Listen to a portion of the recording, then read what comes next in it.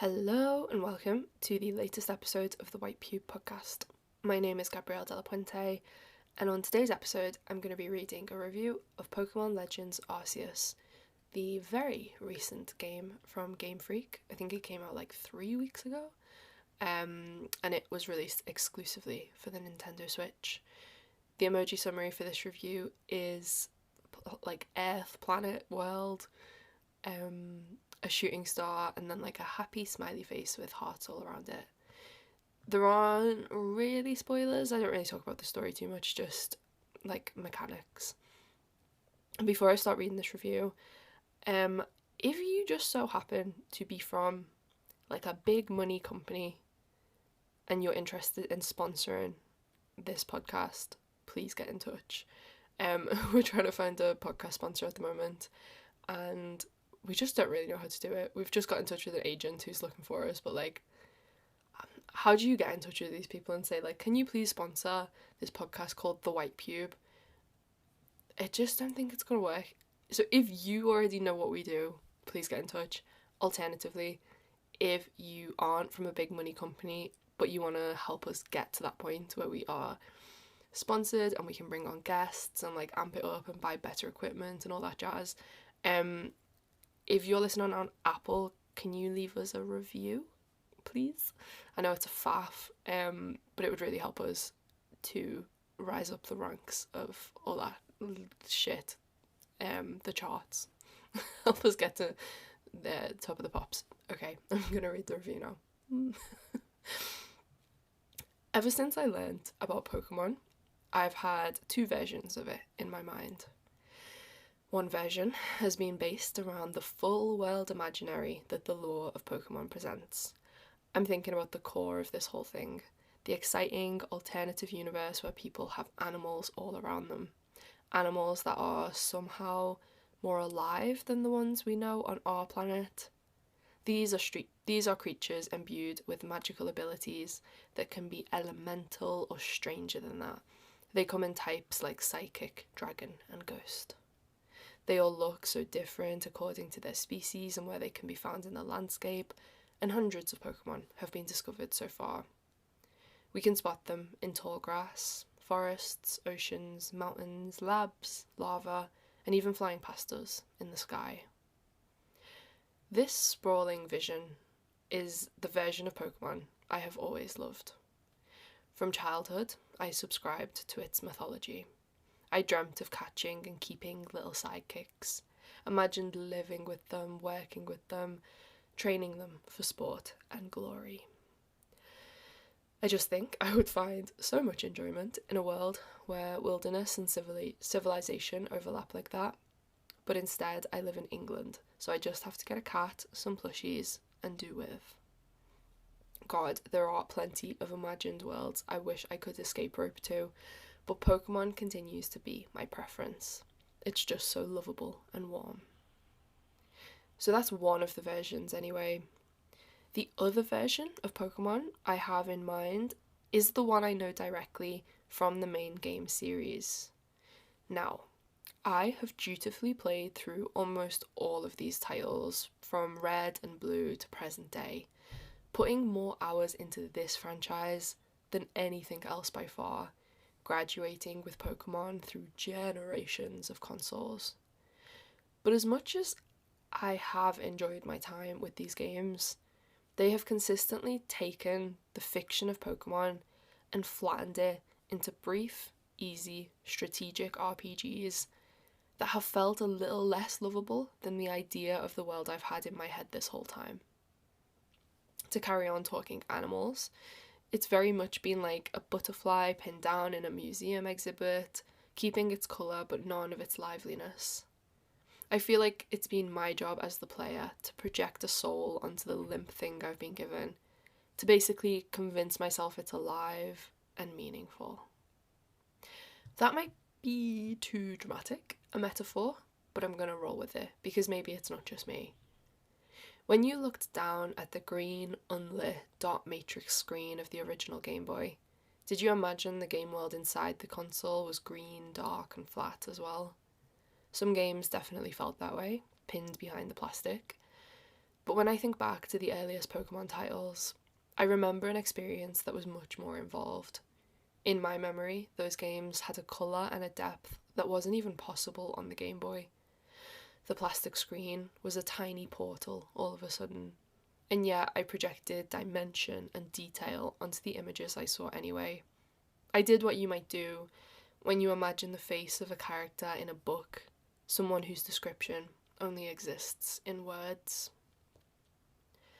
According to my memory, my overactive childhood fantasy, I really did see the red and white Pokeballs I had to choose from on Professor Oak's desk, the one at the end of a long wood-panelled room. I really did claw my game way through a maze of a forest, and then slog heavily, slowly, through a blacked-out cave. The towns I visited between these geographies weren't simple, monochrome stop-offs. They were arranged well, with coloured rooftops over buildings and neat hedges and fences that gave the whole place a shape. Patches of flowers danced with the wind, the water lapped against the boardwalk. I knew these maps, I knew where to go, and I knew where everyone lived. And even though I couldn't have done this next part, I half remember navigating the game through the eyes of my avatar and not from my outside human top-down view. I was a kid making up stories on the schoolyard based on the shapes and lines of paint on the floor. The battles weren't turn-based, text-based actions, but explosive and tense instead, scenes more fitting of the word battle. And the Pokemon themselves weren't coated in that grey-green effect of the Game Boy screen. Squirtle was wet and cute and blue.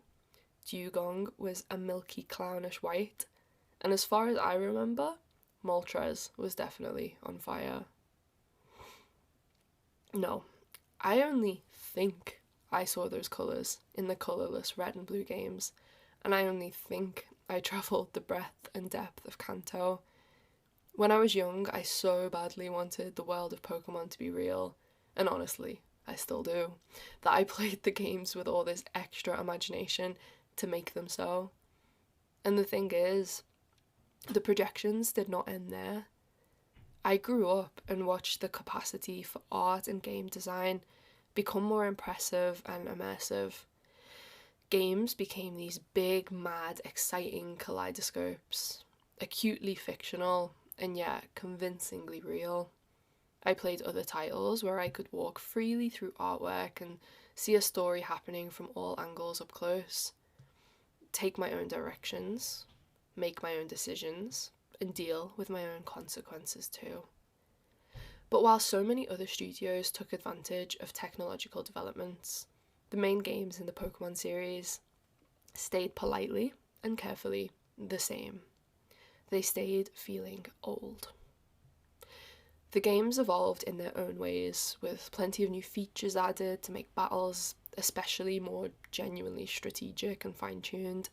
Nature's EV training held items, abilities, double battles, temporary evolutions, and so on. But it's like they just made the knot in the game tighter and tighter. They made the knot more complex, when they could have taken those knots and cast the net wider instead.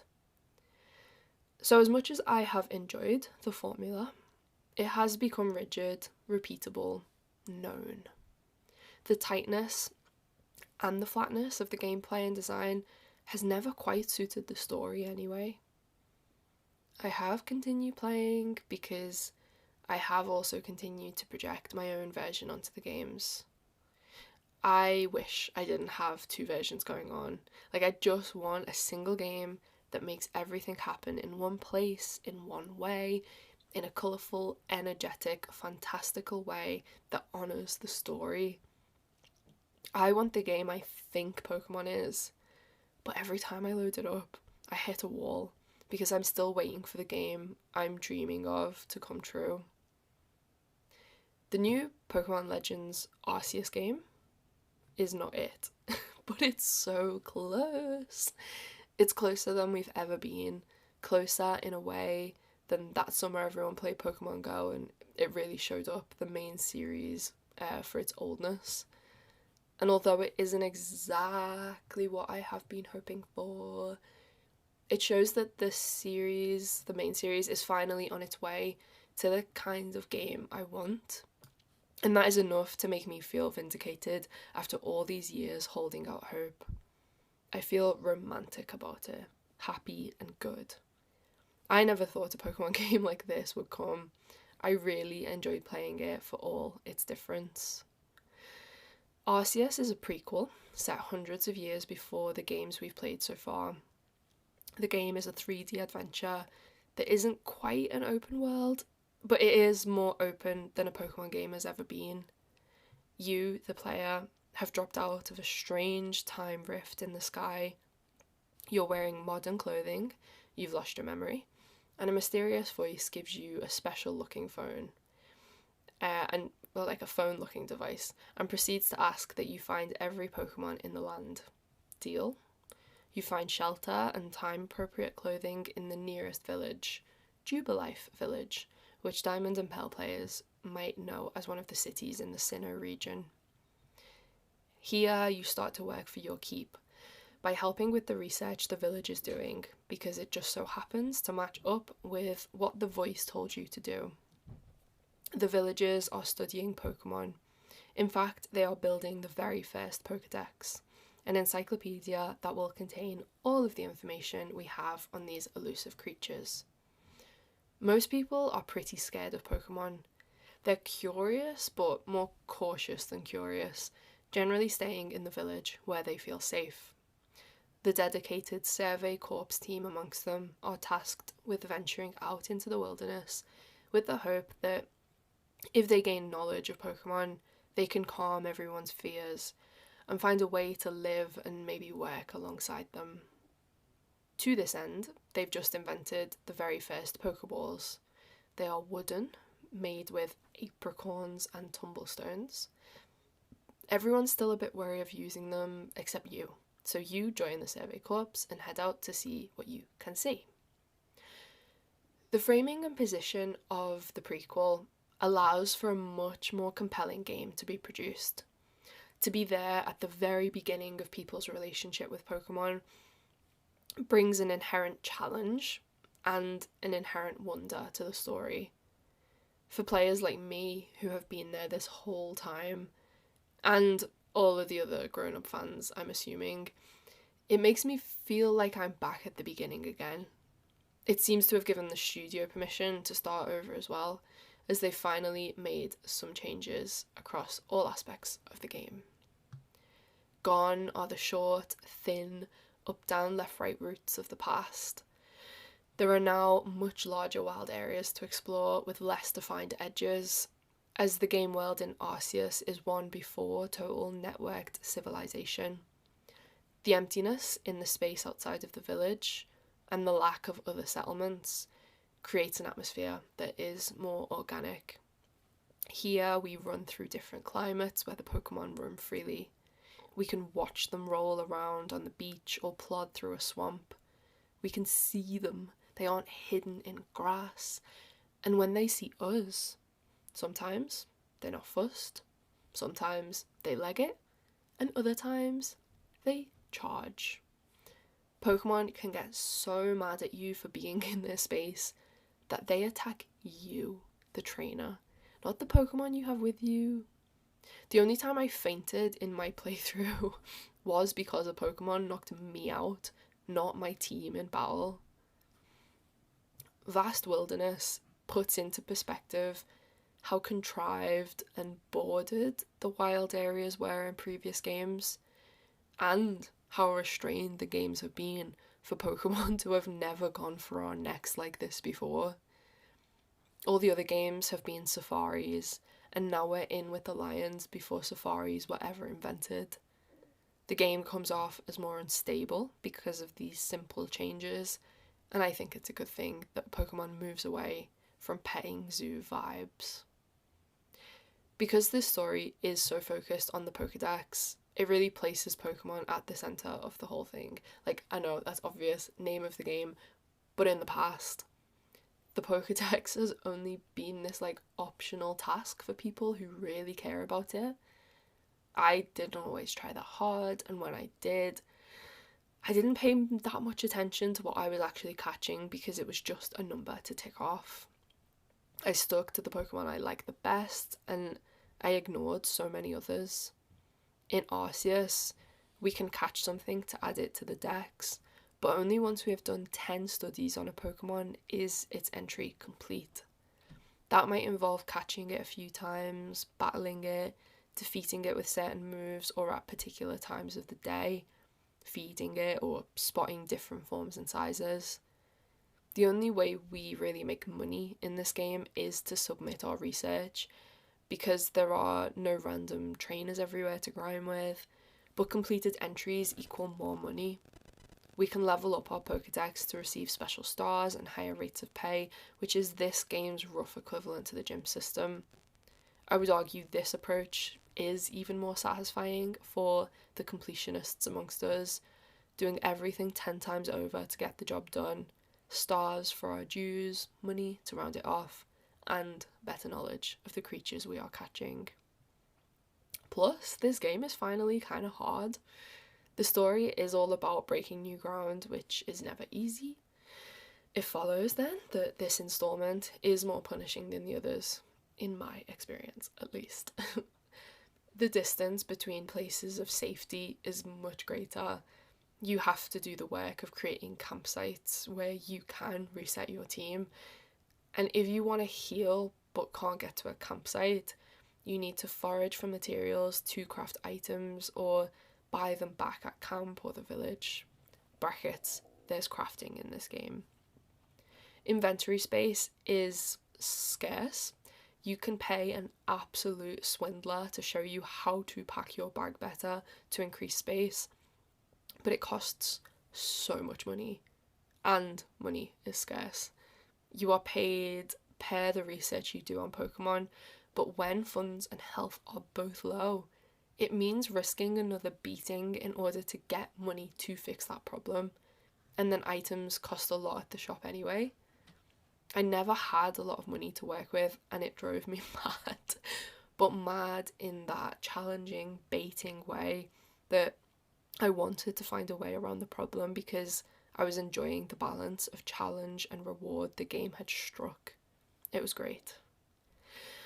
And all of these things are great. We can now traverse the landscape on the back of Pokemon, which means we can swim and fly with them. Some boss battles involve us throwing food at giant possessed Pokemon. There are unknown hidden all over the place for us to complete the alphabet. The village has a clothes store, hairdressers, photo studio, and because it's in the past, Pokemon aren't kept in computers, but in pastures in the village, which is sweet.